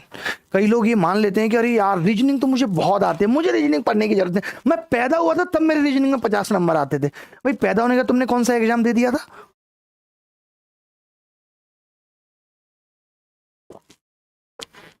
ठीक है, एक बच्चा लिख रहा है mock test sir, mock test लेके आ रहे हैं अभिनय मैथ्स ऐप पे, और वही जैसे लास्ट ईयर सब बच्चों को 1-1 रुपए में मॉक टेस्ट मिले थे, वो फैसिलिटी भी लेके आएंगे, चिंता मत करो। अभी नया नया टेक्नोलॉजी बनाया है, थोड़ा वक्त लग रहा है। Focus on one topic at a time. जैसे जो लोग रीजनिंग में थोड़े से कमजोर हैं तो उनको एक वक्त पे एक टॉपिक को ठीक तरीके से पढ़ना है। ये नहीं कैलेंडर के अंदर घड़ी घुसा दी, घड़ी के अंदर कैलेंडर। आज मैं देख रहा हूँ रेलवे में एक बच्चा घड़ी कैसे समझ रहा है, इतनी बड़ी घड़ी पहना है हाथ में, करे घड़ी का सवाल कर रहा हूँ देख के। मैंने कहा इसे घड़ी नहीं, इसे दीवार घड़ी कहते थे, दीवार पे टांगते। घड़ी पहना, इतनी बड़ी घड़ी, वो जो रक्षाबंधन पे नहीं बड़ी से राखी बनती थी रक्षा की तरह, वैसी घड़ी भाई सब मेट्रो में पहन के घूम रहा। मेट्रो वाले कंफ्यूज हो गए कि वक्त खराब तो नहीं चल रहा। Be cautious with negative prefixes, ये सब लिखा हुआ है, मुझे भी इसकी ज्यादा नॉलेज है नहीं। Utilize the elimination method. जैसे रीजनिंग में देखिए एक चीज क्या है कि हम किसी भी सवाल को जब करने जाते हैं हमें पता चल गया कि पहला अक्षर डी होगा और आखिरी टी, और वो केवल एक ही ऑप्शन में है। तो ये एलिमिनेशन मेथड सीखना पड़ेगा जो हम एक्टिव पैसिव और डायरेक्ट इनडायरेक्ट में लगाते हैं, और ये हमें मॉक में ही करना पड़ेगा। हम सोचें कि मॉक में हम सवाल अपने तरीके से कर रहे हैं, जब पेपर देंगे वास्तविक तब कर लेंगे, ऐसा नहीं होगा। अभी से आदत डालनी पड़ेगी एलिमिनेशन मेथड की।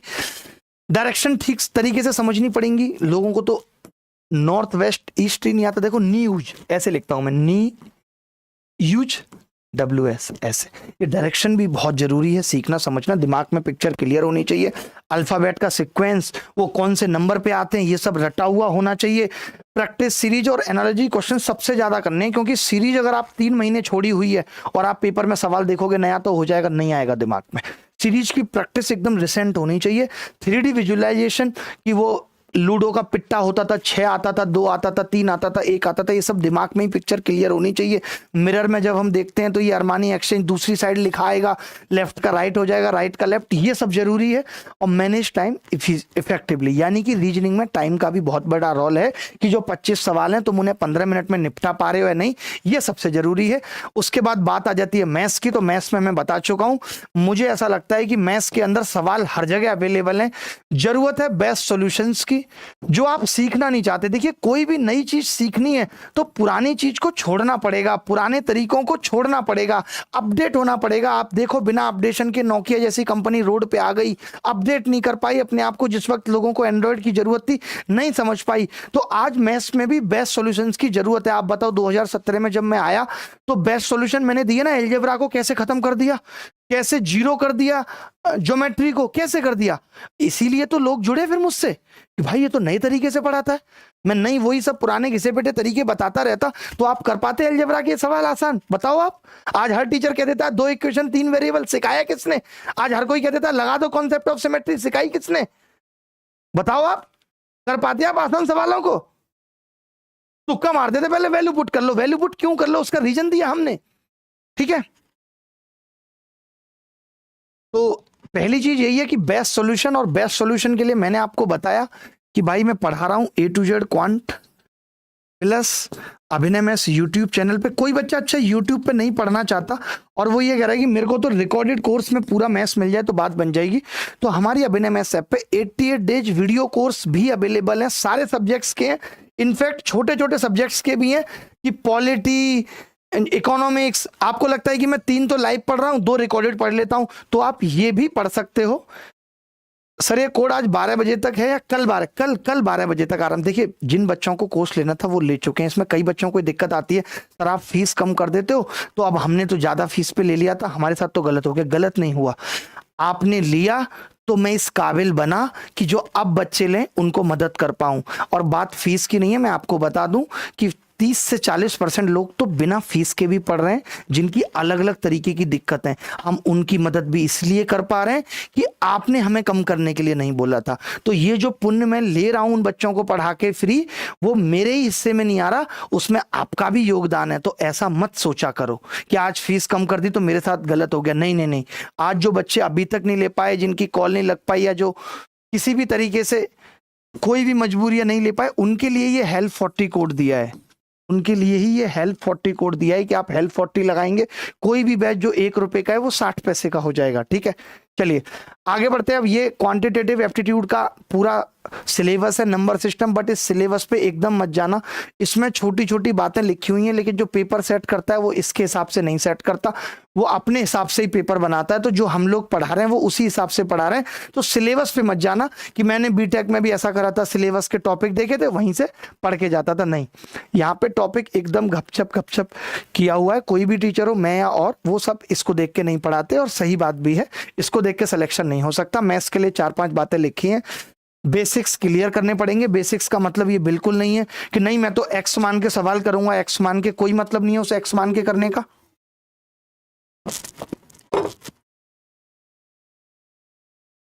Practice as much as you can, जितनी चाहो उतनी प्रैक्टिस करो। एक सवाल को करने के 2-3 तरीके सीखने पड़ेंगे। बड़ा अच्छा लिखा है मैंने, क्यों? क्योंकि डर ना रहे मुझे किसी गुमराही का, हर रास्ता तुझ तक जाए, उसके लिए मुझे सारे रास्तों पे चलना सीखना पड़ेगा। जिस रास्ते पे भी चल के चला जाऊं तुझ तक पहुंच जाऊं। इसीलिए एक सवाल को करने के 2-3 तरीके दिमाग खोलते हैं। कुछ क्वेश्चंस को ऐसे भी आदत डालनी है कि विदाउट पेन पेपर कर पाए। मैं देख रहा था एक सवाल एक शिक्षक करा रहे थे, मुझे बड़ी हंसी भी आई कि 50 जोड़ी जूते थे और वो बंदा 85 रुपए में बेच रहा था 15% के लॉस पे। और वो सवाल कह रहा था 50 जोड़ी जूता 35% के प्रॉफिट पे बेचे तो कितने में बेचेगा। यार ये देख के नहीं पता लग रहा था। गणित में अगर तुम फॉर्मूले लगाने चले गए तो बेटा जीएस में क्या खाक याद करोगे तुम? तुम्हारा तो दिमाग खाली मैथ्स के फॉर्मूले में ही लग जाएगा। ये सवाल बताओ, मैंने देखा किसी एग्जाम में आया था जीडी में कि भैया 15% के डिस्काउंट पे अगर कोई चीज 85 की बिक रही है तो 35% के लाभ पे बिकने का मतलब 135 पे बिकेगी, है या नहीं? तो ऐसे सवालों में अगर तुम फॉर्मूले लगा रहे हो, तुम्हें लगता है एक्स मान के करने पे बेसिक्स होता है, तो ऐसा बिल्कुल नहीं है, गलत है। लर्न डिजिटल सम, अप्रोक्सीमेशन, यूनिट डिजिट, और भी जो मेथड हमारे टाइम को कम कर सकता है, वो सब तरीके तुम्हें गणित में सीखने पड़ेंगे, और वही सब तरीके हम गणित में सिखा रहे हैं। ठीक है, जीएस सबसे इंपॉर्टेंट है। अगर आपको लगता है कि मैं इस बार पूरी जीएस नहीं पढ़ के जा पाऊंगा तो आप कोई एक सेक्शन छोड़ सकते हैं, प्री क्वालिफाई करने में वो आपकी मदद करेगा। मैं अगर इस बार पेपर देने जा रहा होता और अभी 3 महीने होते तो मैं क्या क्या पढ़ के जाता आपको बताता हूं। मैं static GK, current affair, polity, science, और बाकी अब 3 बच गए, जियो, इको और हिस्ट्री। तो इसमें मैं कैसे पकड़ता आपको बताता हूं। मैं इसमें मॉडर्न हिस्ट्री पकड़ लेता, यार मॉडर्न से सवाल पक्का पूछा जाता है, मॉडर्न पकड़ लेता हूं। इकोनॉमिक्स के मैं कुछ पीवाईक्यूएस पढ़ लेता, और हो सकता है कि मैं जियो पूरी की पूरी छोड़ जाता। ऐसी कुछ एक स्ट्रेटेजी आप भी जीएस के लिए बना सकते हैं अपनी। मुझे लगता है कि ऐसा करने से ही शायद 17-18 सवाल ठीक हो सकते हैं और प्री क्वालिफाई हो सकता है। ठीक है, क्लियर है बात? सर करंट अफेयर के लिए कीर्ति मैम को बुला लीजिए, आप बात कर लीजिए। मैम का बहुत बहुत स्वागत है, बड़ी प्रिय है हमारे लिए तो। ठीक है, बहुत अच्छा लगता है। उनके हस्बैंड साहब को भी हमने पढ़ाया है, तो कोई हम आज के तो है नहीं, बहुत पुरानी चीज है। अब जनरल अवेयरनेस में क्या क्या दिया हुआ है इन्होंने सिलेबस में, history, general science, polity, economics, geography, current affair, Indian and it's never countries. आप ये टॉपिक भी अलग से पढ़ के जा सकते हैं, क्योंकि ये बहुत लंबा नहीं है, बट हाँ ये है कि 1-2 क्वेश्चन आपका इससे ठीक हो जाएगा। भारत और भारत के पड़ोसी राज्य के बारे में। अब ये मत सोचना पड़ोसी राज्य पाकिस्तान है तो ऐसे सवाल पूछ लेगा, पाकिस्तान का आलू कहे जाने वाले क्रिकेटर का नाम क्या है, और हम सीधे ठीक कर देंगे इंजमाम उल हक। ऐसा नहीं होगा। इंग्लिश की बात करें तो मैं ये कहता हूं इंग्लिश थोड़ा मुश्किल सब्जेक्ट है, और मैं कभी किसी बैच या सब्जेक्ट्स के लिए आपको नहीं कहता, बट हाँ मैं कहता हूं कि इंग्लिश के जो टीचर हमारे यहाँ पढ़ाते हैं अंकुल सर, वो द बेस्ट टीचर है। उनसे अच्छा कोई टीचर मैं इंग्लिश में नहीं मानता। उनकी इंग्लिश की समझ वैसी है जैसे हमारी गणित की है। तो आप इनके प्रैक्टिस बैच में पढ़ सकते हैं। इनके ऐप पे भी किसी बैच में अगर आप आना चाहते हैं तो आप इनका भी कोई भी बैच ले सकते हैं। One of the best teacher है। जो बच्चे स्पेशल मेंस की तैयारी करना चाहते हैं उनके लिए हम 15 जुलाई को सोचेंगे, वो आपको बताएंगे क्या है। इंग्लिश में है क्या, वोकैब है, ग्रामर है, स्पॉट द एरर है, fill in the blanks, spelling, idiom, improvement. मैंने अंकुल सर को भी ये कहा है कि वो अपने A to Z practice batch में वैसा ही 25 क्वेश्चन लेके आएंगे जैसा एग्जाम में आने वाला है। कुछ वोकैब होंगी, कुछ इडियम फ्रेज होंगे, कुछ वन वर्ड होंगे, कुछ स्पॉटिंग एरर होंगे, सब कुछ होगा उसमें। ऐसा नहीं है टॉपिक वाइज वो नहीं चलेगा। मेरा हो सकता है टॉपिक वाइज रहे कुछ दिन और फिर मिसलेनियस हो। इंग्लिश को ठीक कैसे करना है? अब तो ये सब वक्त नहीं है कि आप इंग्लिश न्यूज़पेपर मैगजीन या ये पढ़ पाए, अब ये वक्त बिल्कुल नहीं है, इसलिए मैं कट कर रहा हूं। 300 वर्ड्स डेली पढ़ने हैं, ये करना पड़ेगा, वक्त इससे ज्यादा बचा नहीं है। ग्रामर की एक्सरसाइज और मॉक टेस्ट डेली देने हैं, करना पड़ेगा। प्रैक्टिस करनी है PQRS की, क्लोज टेस्ट की, ये करना पड़ेगा। प्रीवियस ईयर क्वेश्चन एग्जाम के पैटर्न समझने को करना पड़ेगा। अभी क्यूज ढूंढने में वक्त नहीं खराब करना। कोई भी ऑनलाइन ऑफलाइन कोचिंग आप ज्वाइन कर सकते हो, बट अब ऑफलाइन का भी वक्त नहीं बचा, तो मैं कहूंगा सिर्फ ऑनलाइन आप ज्वाइन कर सकते हो, ठीक है। और ये बाकी की सारी चीजें किसके लिए? जो बच्चे 2025 CGL देंगे। आगे बढ़ते हैं। अब देखिए, एक इसमें इंपॉर्टेंट सी बातें हैं, कुछ कुछ बहुत जल्दी बता रहा हूं, जैसे डिसऑर्गेनाइजेशन। अपने रूम को थोड़ा ऑर्गेनाइज रखिए। बीच बीच में क्या करना है, हर एक महीने के बाद जिस दिन रूम की सफाई करें, बेड इस कोने में डला हुआ है तो उस कोने में डाल दें, उस कोने में तो इस कोने में डाल दें, बेडशीट चेंज कर लें। जब हम इस तरीके की चीजें करते हैं, टेबल वहां पे रखी हुई थी यहां पे रख लें। वैसे कोशिश करिए कि पूरब की तरफ दिशा करके ही पढ़ें। ऑर्गेनाइजेशन बहुत इंपॉर्टेंट है। रूम जो अब हमारा बिखरा पड़ा रहता है, बेड शीट वहां कोने में सड़ रही है, केले की चिक्कली यहाँ फेंक दिए, इससे पढ़ाई में मन नहीं लगता। जैसा आसपास का माहौल होता है वैसा हमारा दिमाग काम करता है, यकीन मानिए मेरी इस बात का। तो ये नहीं होना चाहिए। और फीलिंग ओवरवेल्म, ये मैंने क्यों लिखा है? जैसे टीचर्स ने कहते थे ओवरवेलमिंग रेस्पॉन्स, इसका मतलब है अगर आपके किसी मॉक में 140-50 नंबर आ जाएं, गलती से कोई मॉक आसान था, तो ये मत समझिए बस आज से मॉक देना बंद। बीच बीच में ये फीलिंग नहीं लेनी, मुझे तो सब आता है, मुझे पढ़ने की जरूरत नहीं है। लास्ट में 3 महीने जो पढ़ेगा उसका ही सिलेक्शन होगा। हाउ टू इम्प्लीमेंट स्ट्रेटेजी, ये सबसे इंपॉर्टेंट है कि स्ट्रेटेजी बन जाती है, इंप्लीमेंट नहीं हो पाती। क्यों? क्योंकि एक तो कॉपी टाइम टेबल नहीं है। किसी टीचर ने कह दिया है 45वें दिन हाइट एंड डिस्टेंस पढ़नी है, सब वही पढ़ रहे हैं, ऐसा नहीं करना। अपने हिसाब से डिसाइड करना है कब आपको पढ़ना है, कौन सा आपका बेस्ट टाइम है जिसमें आप ये मुश्किल सब्जेक्ट पढ़ सकते हो, ये आसान सब्जेक्ट पढ़ सकते हो। तो कॉपी नहीं करना किसी का टाइम टेबल, और केवल उनसे सीखने की कोशिश करनी है जिन्होंने खुद क्लियर किया है एग्जाम। आप हमें कॉल करके पूछ सकते हैं, बात कर सकते हैं कि कैसे करना चाहिए। आपकी नॉलेज में कोई टॉपर हो, आप उसे पूछ सकते हैं। और जो हमारी अभिनव ऐप पे डाउट है वो कोई भी बच्चा पूछ सकता है। वहां पे भी जो डाउट बताते हैं वो 3-4 टॉपर्स हैं जिनका सिलेक्शन हो चुका है, आप उनसे भी पूछ सकते हैं। Make strategy after identifying your weakness. Weakness जब तक नहीं पता चलेगी, किसी का वीक पार्ट GS है, किसी का मैथ्स है, उसके बाद ही स्ट्रेटेजी बनानी है। ऐसा नहीं है कि स्ट्रेटेजी बना ली जिसमें मैंने GS को कम वक्त दिया, GS मेरी सबसे कमजोर है। Understand your emotional and financial value. आपकी औकात क्या है, आपके पास कितने महीनों के दिनों के पैसे बचे हैं, सब सोच के चलना पड़ेगा। यही चीजें मजबूर करती हैं पढ़ने के लिए। मैंने लिखा है ना, even if you have a made the strategy but you can not afford that. आपने स्ट्रेटेजी बनाई हुई है भाई कि आप लाइब्रेरी में बैठ के पढ़ेंगे, लेकिन पैसे नहीं हो पा रहे लाइब्रेरी में बैठ के पढ़ने के, या और कोई भी चीज जो आपने सोची अपनी स्ट्रेटेजी में, उन चीजों को शामिल ना करें जिनको आप अफोर्ड नहीं कर सकते, वरना ये चीज और टेंशन देगी। ये थर्ड स्टेप है जब स्ट्रेटेजी इंप्लीमेंटेशन प्रोसेस की, कि इमोशनल कमिटमेंट खुद से करने पड़ेंगे कि यार इस बार चाहे कुछ हो जाए मैं सिलेक्शन लेके रहूंगा। मम्मी पापा की कितनी उम्मीद है मुझसे, बहन भाइयों को कितनी उम्मीद है कि इसका सिलेक्शन होगा। इस तरीके की मोटिवेशनल बातें अपने रूम में लिख के टांग दीजिए। ये जो इमोशनल कमिटमेंट है खुद से, ये चीज हमें मजबूर करती है पढ़ने पे, ठीक है। Tell himself how this strategy will be. ये भी बताना है कि ये स्ट्रेटेजी मुझे कैसे फायदा करेगी। फिर मैं सोचूंगा हाँ ये करके मेरे मॉक में नंबर बढ़ गए, अब मुझे इसी तरीके से पढ़ना है तो मैं अच्छा कर पाऊंगा। Manage yourself in limited finance, do not उधार। जितने पैसे आपके घर से आ रहे हैं उतने में ही काम चलाइए, उधार मत लीजिए। ये चीज और स्ट्रेस क्रिएट करती है दिमाग पे, और प्रेशर बनाती है, और हमारी पढ़ाई में दुविधा बनती है, ठीक है।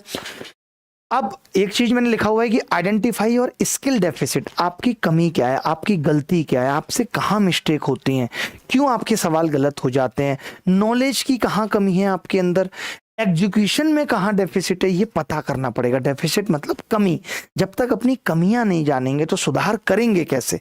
उसके बाद ही टाइम टेबल बनाएंगे, टाइमिंग फ्लेक्सिबिलिटी रखेंगे, 30 से 45 मिनट का रिवीजन स्लॉट रखेंगे। जैसे 3.5 घंटे मैंने गणित लिखा है तो उसमें भैया मैंने 3 घंटे पढ़ लिया, आधा घंटा रिवाइज कर रहा हूं। कोई स्ट्रिक्ट टारगेट नहीं होना चाहिए, नहीं मैं ऐसा ही करूंगा, 10 मतलब 10 बजे खत्म कर दूंगा, ऐसा नहीं है। 2, 4, 5, 10 मिनट ऊपर नीचे होती हैं। डेली ब्रेक्स भी लेने हैं। मैंने जैसे सैटरडे संडे आपको ब्रेक दिया।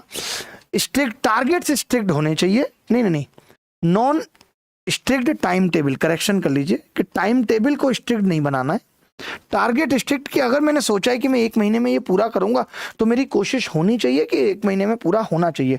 रिवीजन स्लॉट लिख दिया, वीकली ब्रेक्स लिख दिए, दिन में भी थोड़े थोड़े ब्रेक दिमाग को फ्रेश रखने के लिए। एक चीज आपको बता देता हूँ, सस्ती वाली ब्लैक कॉफी ले लीजिए, सस्ती वाली ब्लैक कॉफी ले लीजिए, ये थोड़ा एनर्जेटिक रखती है। जो लोग भी जीवन में अच्छा कर रहे हैं अपने आप को मैनेज करने के लिए ब्लैक कॉफी पीते हैं, और कुछ मत पिए, कोल्ड ड्रिंक मत पीजिए, बस ब्लैक कॉफी पी सकते हैं आप, इससे आपको एनर्जी रहेगी।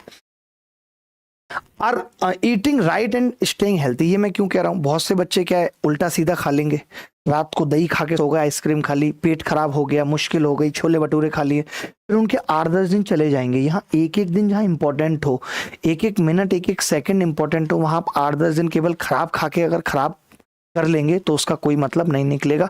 तो आपको जो भी खाना है वो सोच समझ के खाना है, और ऐसा नहीं करना है कि आप टाइम ही मैनेज नहीं कर पा रहे। उसके लिए भी मैंने आपको ज्ञान दिया, और भी बातें हैं जो मैं बता दूंगा टाइम मैनेजमेंट के लिए। रिलेशनशिप इशू में फंसे नहीं रहना है, इनको भी अभी क्या है ठंडे बस्ते में डाल देना है, प्रॉब्लम ही नहीं क्रिएट करनी।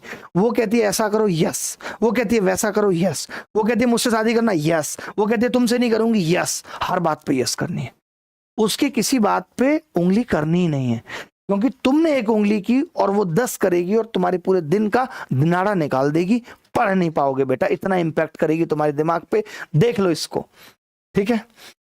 Poor performance in test consistently, अगर लगातार टेस्ट में तुम्हारे नंबर गिर रहे हैं तो तुम्हें अपने पढ़ने के तरीके को चेंज करने की जरूरत है या और पढ़ने की जरूरत है, ये तुम डिसाइड करोगे, ठीक है। स्लीप हैबिट सबसे इंपॉर्टेंट है, ये मैं क्यों कह रहा हूं, क्योंकि क्या पता तुम्हारा पहली शिफ्ट में ही पेपर आ गया 9 से 10 और तुम्हारी आदत है रात को 3 बजे सोने की और सुबह 10 बजे जगने की और दिमाग काम करता है तुम्हारा 12 बजे से, तब तो तुम इसमें कभी अच्छा परफॉर्म कर ही नहीं पाओगे।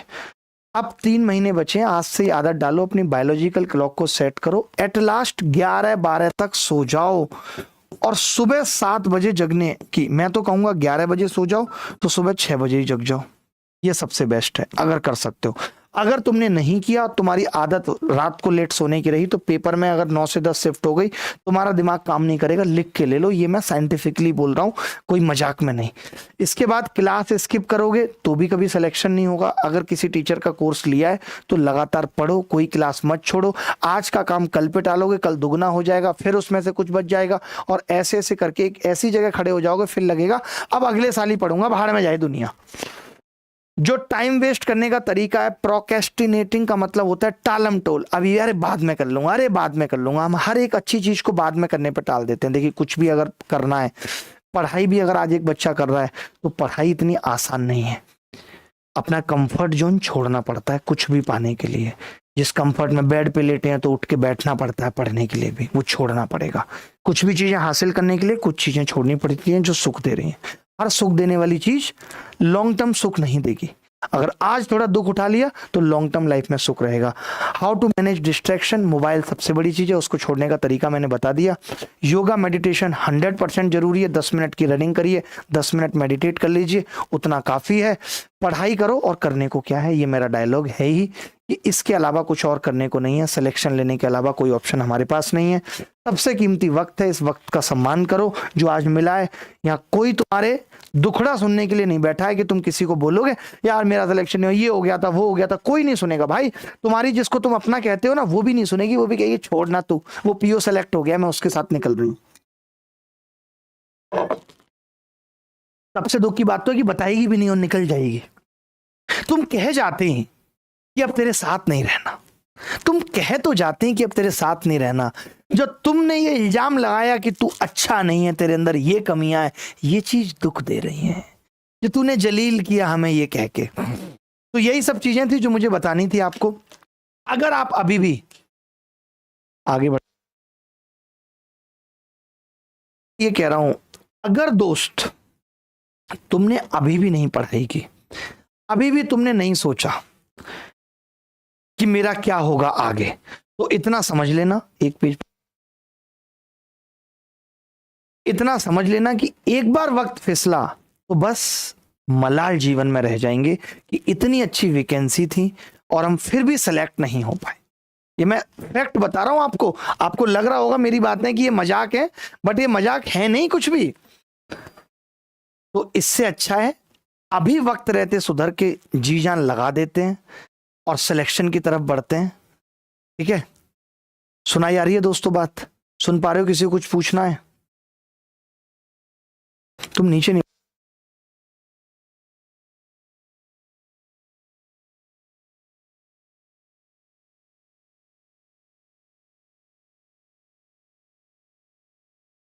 या फिर यही दुखड़ा रोने को रह जाएगा कि अब की बार तैयारी पूरी नहीं कर पाया था। जब रिजल्ट आएगा मुश्किल सवाल आ गए थे, इस बार उतना सोचा नहीं था मैंने। जीएस में तो पीवाईक्यू पढ़ के गया था, बट नए सवाल आ गए। किसने कहा था? समय कम था, वो अगले साल भी रहेगा बेटा। इस साल कम है, अगले साल भी रहेगा, तब भी यही बहानेबाजी होगी। जो पढ़ा था वो बहुत कम आया, पूरा पढ़ा ही नहीं बेटा तुमने। अगर तुम ये बहाना मार रहे हो तो आता तो बहुत कुछ था, लेकिन पता नहीं घबराहट बहुत ज्यादा थी। पता है क्यों थी? क्योंकि तुम्हारी तैयारी उतनी अच्छी नहीं थी। जब तैयारी पूरी हो जाती है ना तो घबराहट अपने आप खत्म हो जाती है। अरे थोड़ी बहुत कैलकुलेशन हो गई, उसके कारण कई सवाल गलत हो गए। मना किया किसी ने? करो ना कैलकुलेशन स्ट्रॉन्ग। कुछ कहेंगे पिछली रात नींद नहीं आई थी, परीक्षा में दिमाग काम नहीं किया पूरी तरीके से। क्यों? और कर लो बायोलॉजिकल क्लॉक अपनी खराब, पकड़ लो बीमारियां।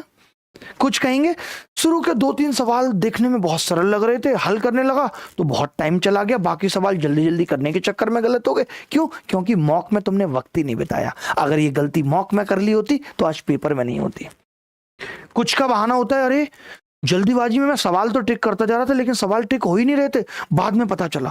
क्योंकि पेशेंस खत्म हो गया, इतना वक्त भी नहीं है कि टिक करके देख लें कि टिक हुआ है कि नहीं हुआ। तो ऐसी बहुत सारी बातें हैं। कुछ कहेंगे नेगेटिव मार्किंग का डर था तो 35 ही अटेम्प्ट करके आ पाया, 65। कभी नहीं होगा बेटा सिलेक्शन।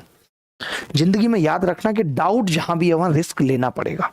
इंडिया 32 पे 3 थी, जरूरत नहीं थी सूर्य कुमार की उठा के मारे, बट रिस्क लेना पड़ता है। जब कोई मारता है तो पता नहीं होता कि वो कैच आउट होगा या छक्का, हर कोई छक्का समझ के ही मारता है। तो ये सब बहाने कोई नहीं याद रखेगा।